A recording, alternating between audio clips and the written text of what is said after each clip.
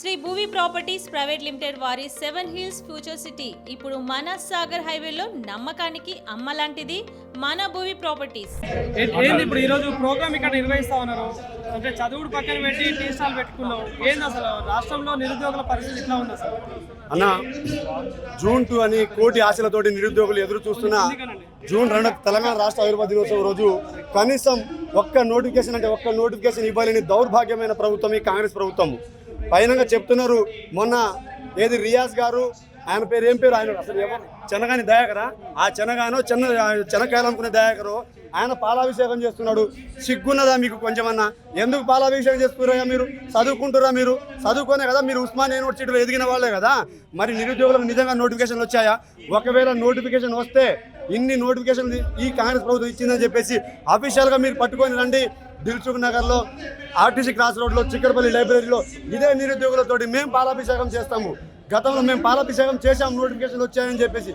కానీ ఈరోజు మీరు మెప్పించుకోవడం కోసం మీ అధినాయకుడు రేవంత్ రెడ్డి ఏమో ఢిల్లీ నాయకుడిని మెప్పించడానికి కోసం 40 సార్లు తిరుగుతాడు. మీ రేవంత్ రెడ్డిని మెప్పించడానికి పాలాభిషేకాలు చేస్తారు. సిగ్గుపడండి. ఈరోజు తెలంగాణ రాష్ట్ర నిరుద్యోగులు యువత ఎవరైతే రియాజ్ కావచ్చు, చెనగాని దయాకర్ కావచ్చు, బయట రోడ్డు మీద కనిపిస్తే బట్టలు తీసి కొట్టే పరిస్థితి ఉన్నది. దయచేసి మీరు బయటికి రాకండి. నేను మీకు సలహా ఇస్తున్నా. ఏం నోటిఫికేషన్ ఇచ్చాయని చెప్పేసి మీరు పాలాభిషేకం చేస్తారండి? ఎందుకు పాలాభిషేకం చేస్తారు? ఈరోజు తెలంగాణలో నోటిఫికేషన్ లేక నాలాంటి టీ కొట్టు పెట్టుకుంటుండు. నాలాంటి నిరుద్యోగులు చాలా మంది క్యాటరింగ్ పనులకు, హమాలి పనులకు, విదేశీ ర్యాపిడోలు, ఓలా, ఊబర్ చేసుకునే దౌర్భాగ్యం వచ్చింది. జూన్ 2 కోసం తెలంగాణ రాష్ట్రం నీళ్లు, నిధులు, నియామకాల కోసం ఏర్పడితే ఈరోజు మమ్మల్ని సొంతంగా డబ్బా కొట్టులు పెట్టుకునేటట్టు తీసుకొచ్చిన దౌర్భాగ్యం మీ కాంగ్రెస్ ప్రభుత్వం కాదా? ఆ రోజు మీరు ఏదైతే కాంగ్రెస్ ప్రభుత్వం వాళ్ళు అధికారం లేకపోతే మా నిరుద్యోగులందరినీ గాంధీ భవన్కి పిలిపించి ఒక్క ఉద్యోగం పోగొట్టండి, మీకు 2 లక్షల ఉద్యోగాలు ఇస్తున్నారు. మరి ఉద్యోగం తీసేసాం కదా, మీరు ఎన్ని ఉద్యోగాలు ఇచ్చారు?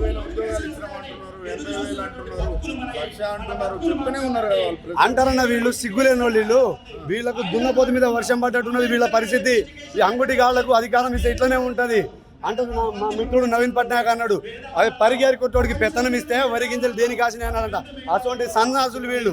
ఏడ ఇచ్చారని 60,000, 70,000 రమ్మను పొన్నం ప్రభాకర్, వివేక్ వెంకటస్వామి, దుద్దిళ్ళ శ్రీధర్బాబు గారు వచ్చి మాట్లాడండి. ఇదే ఆస్పిరెంట్ అంటే టీ పాయింట్కో, లేకుంటే దిల్సుఖ్నగర్ సాయిబాబా టెంపుల్ దగ్గరికో, చిక్కడపల్లి లైబ్రరీకి వచ్చి నిరూపించండి.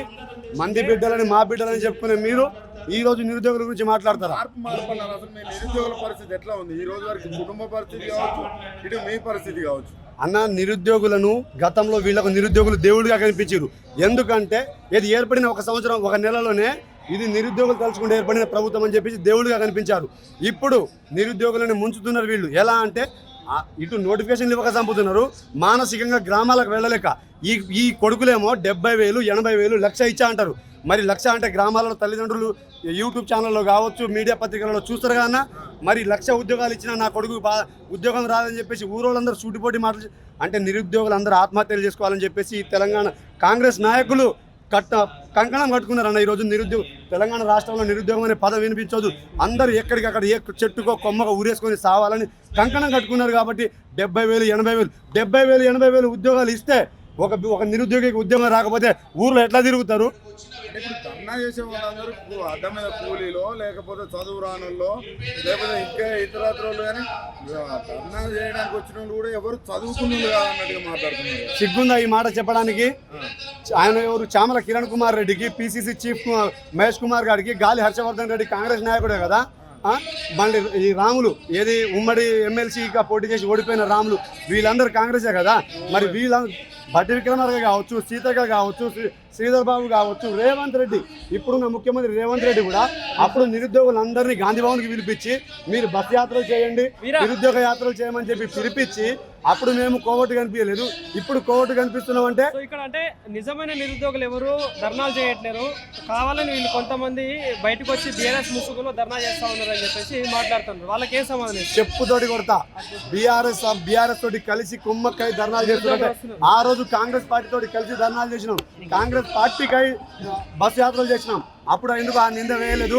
ఒకవేళ బిడ్డ గుర్తుపెట్టుకోండి, ఆ రోజు మీకోసం చేసిన యాత్రలు కావచ్చు, మీకోసం చేసిన కాళ్ళు మొక్కడం కావచ్చు, బలపాలెత్తుకుని తిరిగాం కదా, అది కాంగ్రెస్ ఓటర్ల కోసం చేసింది. అయితే ఈ రోజు ఈ నిరుద్యోగుల కోసం, నిరుద్యోగ నోటిఫికేషన్ కోసం చేసేది కూడా ఖచ్చితంగా కోవట్టే. ఒక్కసారి మీడియా డిపెండ్ అన్న, దయచేసి వీళ్ళంతా నిరుద్యోగులు కాదా? సరే, నేనంటే కోవట్టుని, నేను ఒప్పుకోగలుగుతా కోవట్ అని, మరి వీళ్ళని కోవట్ అంటావా? వీళ్ళని కోవట్ అంటే ముఖ్యమంత్రిని చూడకుండా చెప్పు తీసుకొని కొడతారు వీళ్ళు. నిరుద్యోగులు, నిజమైన నిరుద్యోగులు, గ్రామీణ ప్రాంత నిరుద్యోగ బిడ్డలన్న వీళ్ళు. ఒక పూట తిండి లేక, సాయిబాబా టెంపుల్లో తిని రాత్రుల్లో అన్నం తినలేక, రూమ్ లో వండుకోలేక, గ్లాస్ నీళ్లు తాగి పడుకునే నిరుద్యోగులన్న ఒక్కసారి కవర్ చేయండి అన్న. ఈ రోజు మమ్మల్ని అంటున్నారు కదా మేము పెయిడ్ ఆర్టిస్టులని, ఇంత లక్షల మంది, ఈ రోజు వేల మంది తరలి వచ్చారు. వీళ్ళు పెయిడ్ ఆర్టిస్టులా? కాంగ్రెస్ నాయకులారా, ఎడబెట్టుకుంటారు మీరు తలకాయ ఊరేసుకొని సావుర్రి.